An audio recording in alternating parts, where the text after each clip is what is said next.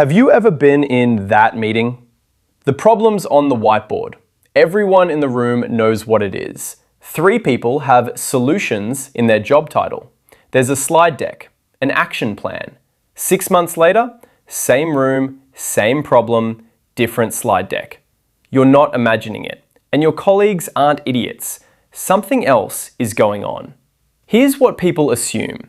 Organization makes a mistake, figures out why, fixes it, moves on. What actually happens? Mistake, investigation, report, new process, everyone nods, and a year later the same mistake happens again. Different team, different city, sometimes different decade. Here's the part that keeps getting missed. It's not that the organization failed to learn. It's that the system that caused the mistake was still completely intact after the investigation ended. 5 reasons why. Real companies, real disasters. One story that has all 5 running at the same time. Quick question.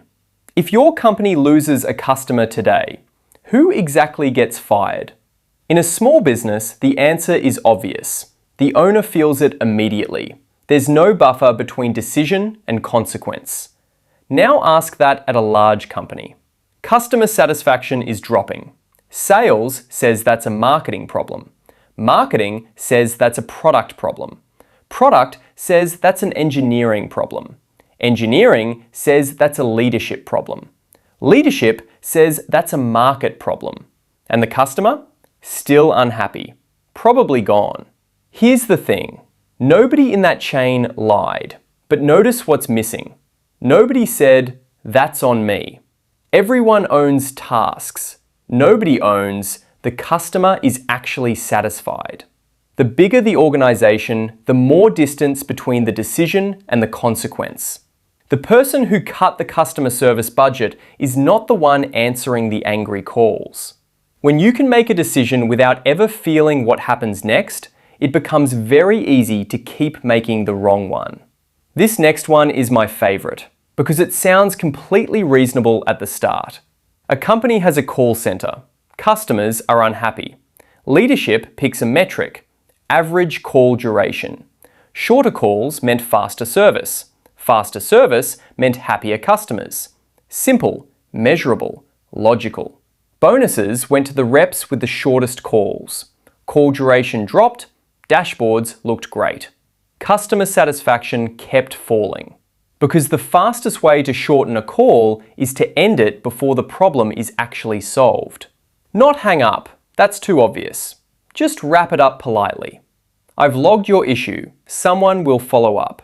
Nobody followed up. There's a name for this. Charles Goodhart noticed it decades ago. When a measure becomes a target, it ceases to be a good measure. The moment you reward people for a number, they stop caring what the number was supposed to represent. You see it everywhere once you know to look. Police departments measuring arrests, not safety. Hospitals measuring wait times, not outcomes. Schools measuring test scores, not learning. The goal gets replaced by the measurement, and the organization optimizes itself right past the point of actually working. This next one has the highest body count. Literally. October 29th, 2018. A Boeing 737 MAX takes off from Jakarta. 12 minutes later, bottom of the Java Sea. 189 people dead. 5 months later, Ethiopia. 157 more. 346 total. People inside Boeing knew. Not suspected, knew. Engineers had flagged a system called MCAS, software that under certain conditions could push the nose down hard enough that the pilots couldn't pull it back up. The concerns were documented, emails existed, memos existed, and they were managed. Not fixed, managed. Because every week the MAX sat uncertified had a dollar amount attached to it. Somewhere up the chain, "this might kill people" got translated into "this might delay the schedule." Nobody decided to build an unsafe plane, but the system made it very expensive to stop and very easy to keep going. And Boeing is not a special case. NASA, Challenger, 1986. Engineers warned the night before launch. Overruled. 7 dead.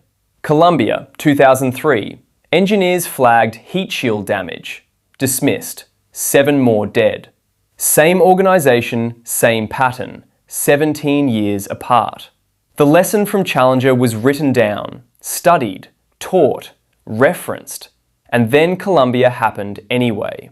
Because the lesson lived on paper. The incentives lived in the system. An organisation can have every department hitting its targets and still be completely failing as a whole. Here's how. Procurement renegotiates supplier contracts. Cost down 30%. VP gets a bonus. Operations start struggling. Cheaper suppliers are less reliable. Deliveries late. Production lines stalling. Customer service is underwater.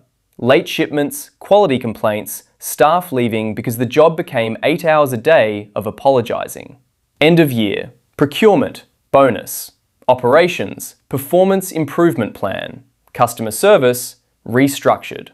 Nobody did anything wrong in their own lane, but the optimization of one part quietly broke everything around it. Because every department reports its numbers to its own boss. Nobody is measured on whether the whole thing works.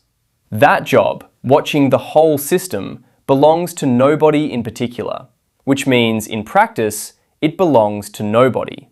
Around 2009, a company had a budget overrun. Someone added an approval step. New spending above a certain amount needs a second sign-off. Completely reasonable. It's 2024. The person who created that step retired 6 years ago. The budget overrun it was supposed to prevent? Nobody on the current team even remembers the project. But the approval step is still there. It adds 3 business days to every decision. 2 people who have reviewed hundreds of submissions and rejected exactly 0 of them. It exists because it has always existed. Multiply that by 15 years of problem solving. Every incident a new process. Every failure a new reporting requirement. Layers on layers. None of them go away. That's how you end up with a government agency that needs 7 signatures to replace a printer. And here's why it never gets fixed. The people inside the system, the ones running the agencies, managing the processes, their jobs depend on the complexity existing. Make it smaller and you make their jobs disappear. So it doesn't get smaller. It gets a new committee to study how to make it smaller. So here's where we land. Organizations don't repeat mistakes because the people are stupid. The people are usually smart. They read the reports. They know what's wrong. But smart people inside broken systems produce the same outcomes as everyone else. Because the system doesn't care how smart you are. It only cares what you're rewarded for. Boeing's engineers knew. NASA's engineers knew. Afghanistan's officials knew. The information existed. The warnings existed. The lessons existed. The mistakes happened anyway. Because the incentives that produce mistakes are almost always stronger than the lessons designed to prevent them. So next time you're in that meeting, the one about the problem that never goes away, don't ask, why don't we learn from this? Ask, what does this organization actually reward? Because whatever the honest answer is, that's what you're going to keep getting. Every time. Next time, we're going bigger. An institution specifically designed to prevent financial crises that's been present at almost every major one for the past 100 years. The Federal Reserve. Subscribe if you want to keep looking beneath the headlines.